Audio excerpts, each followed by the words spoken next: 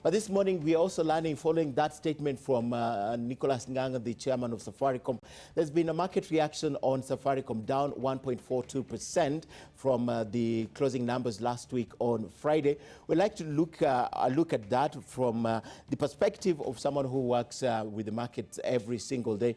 And she's going to talk to us shortly. But we also understand that there's a press conference that will be held in a few that by Safaricom. They're going to hold a press conference at 11 in about 1 hour, and it will be addressed by none other than the chairman of Safaricom. So we are on standby for that. My colleague Zainab is also joining us shortly to speak about this from the other angle. But first, let's take a look at how we are looking at the markets this morning. And joining me now is the lead researcher at AIB Capital, Sarah Wanga, who's joining me to speak about this. And as expected, when such a thing happens, Safaricom being a market leader, there's usually that fear from investors, or rather, what informs the going down on the market or the rise in the market when such a thing happens?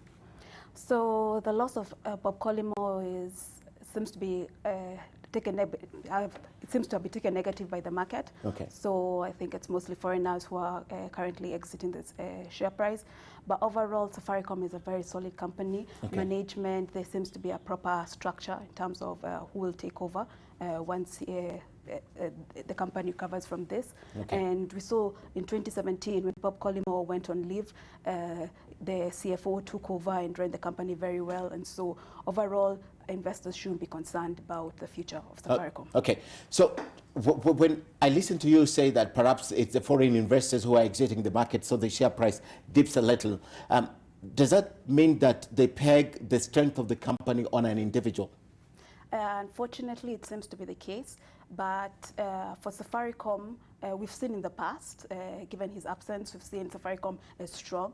And so it's just a market reaction. And so within the next few days or so, we'll probably see the share price recover. Okay. Yes. When Safaricom did the IPO a few years ago, probably 2010, I am not so sure, but it was right after Kengen, because it was Kengen, then Safaricom, they were in that succession. It was about 10 shillings or 11 shillings, if I'm not wrong.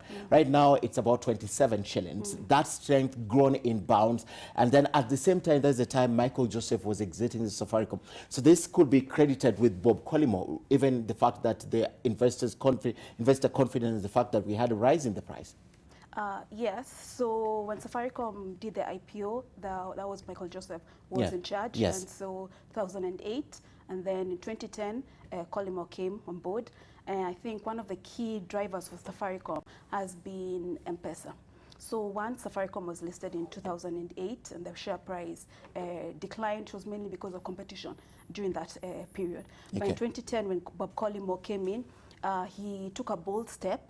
And despite the fact that the competitors were lowering prices of the voice, he increased the prices and showed that Safaricom was a market leader. Okay. And then since then, the price has really rallied from 2 shillings all the way to 30 pop. To 30 shillings. Yes. Oh, there's a time it was at 30 shillings. Yes. All right. Okay. Okay. And obviously, when you look at the market today, this is not a constant. By the end of the day, perhaps, when a lot of information comes out, we expect a press conference. This is likely to change. What informs that? So it's about foreigners' reactions. So immediately they heard about the news. That was before the market opened. A few of them reacted by selling the share price. And it's mainly because of that fear of now that Bob Collymore, the CEO, is gone, what's the way forward? Okay. But now, as the day progresses, people will probably now start informing their views, so make more informed decisions. So analyze the situation. Yes, Collymore is not there, but as Safaricom, is it a solid company? And so that will now what will inform where the price will close at the end of the day. When Satish Kamath took over temporarily between 2017 and 18, when Bob Collymore took the medical leave, right? There was a lot of confidence in the market at that time. In fact, we were stable for quite a long time with Safaricom before it began to rise and dig it high. If that announcement is made at 11, as the market reacts, what are you likely to see? The announcement, depending on who they mention also. Well, yes. Okay, so investors, I think, as I mentioned, it's about the uncertainty. So once Safaricom comes and tells us what the way forward, and if the market views it as the person who's coming in as a solid leader, the price will probably recover to where it was. And my view is that that'll be the case. Okay. I'm looking at the reactions that we have seen, and I am yet to see a statement from Vodafone PLC, UK, which owns 40% stake on Safaricom. Why is that so? Why are they a little reluctant to do this? Because remember, Bob Collymore, before he came in, he was with Vodafone in South Africa. But we are yet to see a statement. What could inform that market, in terms of the market demand? I think they're probably leaving it to Safaricom. Kenya to do it. To do the, okay. Yeah, I think that's the right way to go about it. Okay. Yes. All right. And there's a time that Bob Collymore held very strong views about splitting Safaricom and M-Pesa and stood against the competition authority at that time. And this is something that he'll be remembered with. Remember, Safaricom's market dominance people have tried to challenge the telcos. Now we understand that the rivals Airtel and Telcom are merging, right? But then there is that aspect that he held strong and believed in the product and fought for this. Right? Yeah. So what does that tell you of the character of Bob as a corporate leader? So Bob was a guy who took a stand. So when he made his view, he had a view and he followed through with what he believed in. And for, as you've mentioned, the split of the Safaricom M-Pesa business, he was against that because he viewed it as negative for the company. And going forward, without him on board, we still think Safaricom will will be against that, and we'll see how that plays out. In your view, what is the role that Bob played in terms of deepening the penetration of Safaricom in this country and developing infrastructure? I know luckily 4G happened during his time. Yeah. So for Bob, that was when Safaricom became dominant. We could say what the regulator the regulator classifies it as a dominant player. Okay. Safaricom grew. So despite in 2010, when he actually took over, Airtel was a key competitor, but he managed to win over clients, the customer base, grow the customer base, and so voice grew. And also M-Pesa, which has grown over the years, and he's encouraged a lot of innovation. Okay. So with M-Pesa, it's led to more financial inclusion, and more people are most people are in Safaricom mainly because of the M-Pesa. Because of the M-Pesa. Yes. Yeah, that's why it's really difficult to leave Safaricom, for example. And there are so many positive stories we'll talk about when we talk about Safaricom, but we cannot forget that there are also negative stories. For example, there's a lot of hue and cry about the data, right? Yeah. And when we talk about data, for example, we know it's been losing, Safaricom has been losing to companies like Telcom, who have been very generous with their pricing of their data, Telcom and Airtel. How has that affected this market that Safaricom has dominated for a long time? Okay, so Safaricom invested a lot in infrastructure. It put in the necessary infrastructure, and so it wanted to reap the benefits of that infrastructure investment, and so that's why its prices had been high. But in the recent investor briefing that they held, they actually mentioned that they are lowering their data prices. That's mainly because of competition. Okay. And is it because of the competition, or because it calls for, this time calls for that?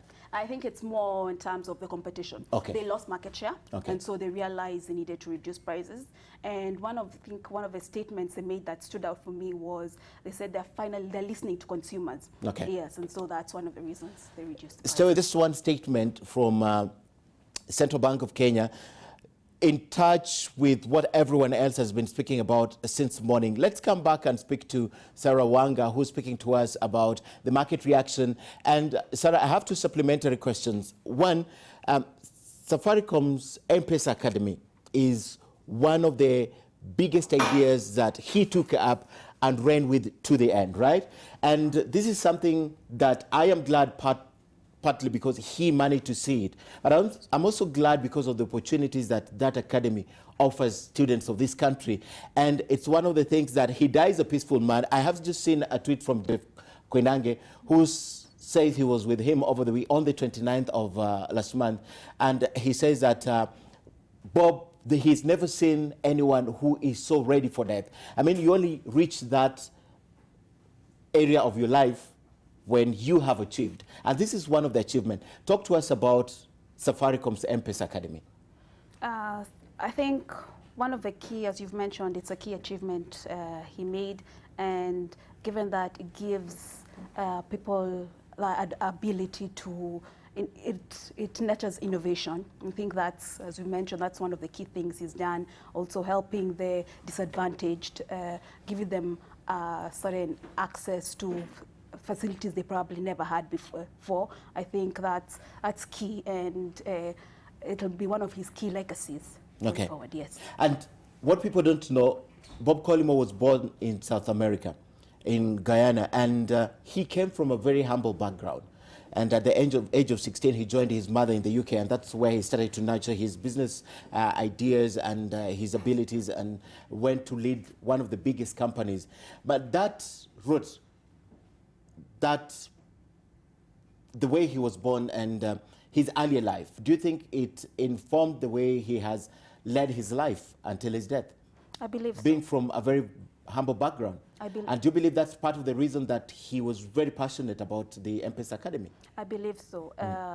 Actually, for those people who, when you're from a disadvantaged background and you tend to remember your roots and the opportunity he got, I think he felt the need to give other people the opportunity to also change their lives and make their lives better. All right. Yeah. And as I let you go, your memories of Bob Collymore, what do you remember him for? I remember Bob Collymore as a man who has several names in his name, which means he was so present in our lives. You know, I remember the time they had a function at Safaricom and he carried Eric Omondi, if you remember that, because featherweight versus heavyweight.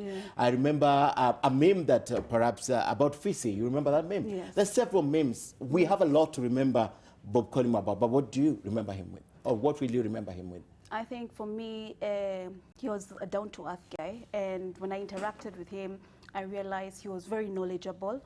And just the fact that he was willing, when I first interacted with him, I knew very little about Safaricom. I was several years back, and just he was able to explain certain technical terms, basically dumb it down to someone who did not understand the industry really well, and I think that really touched me. And that really touched you. Okay. The Jazz Festival, all those things Safaricom has done. I remember Giuliani and Bob Collymore. You think they're brothers, all these comedians, all these things that anyway, there's a lot to remember Bob Collymore for. Sarah, thank you very much. Sarah works for AIB Capital as head of research.